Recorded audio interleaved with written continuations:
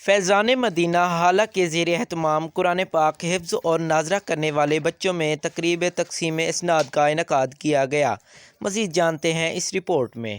فیضان مدینہ حالہ کے زیر اہتمام لاریب مسجد میں اجتماع بسلسلہ تقسیم اسناد کیا گیا، جس میں دعوت اسلامی کے مدرسہ کنز الایمان اور مدرسہ حالہ اولڈ کے حفاظ کرام اور ناظرہ قرآن کریم پڑھنے والے بچوں میں اسناد تقسیم کی گئی۔ اس موقع پر مہمان خاص محمد شکیل اتاری نے بتایا کہ آج 5 حفاظ کرام، جن میں حافظ نوید راجپوت، حافظ ابرار اکرم، حافظ اسرار، حافظ یاسر لقمان، حافظ عبدالباری بھٹو نے قرآن کریم حفظ کرنے کی سعادت حاصل کی، اور 10 بچوں جن میں احمد رضا نواز، فرحان لطیف، احمد رضا اکبر، عدنان شوکت، کیف رضا، فیصل منیر، محمد وسیم، محمد دانش،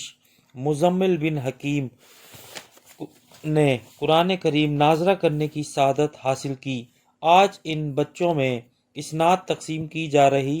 ہیں، جبکہ حالہ تعلقے میں دعوت اسلامی کے زیر اہتمام 4 مدرسے چل رہے ہیں، جن میں تقریباً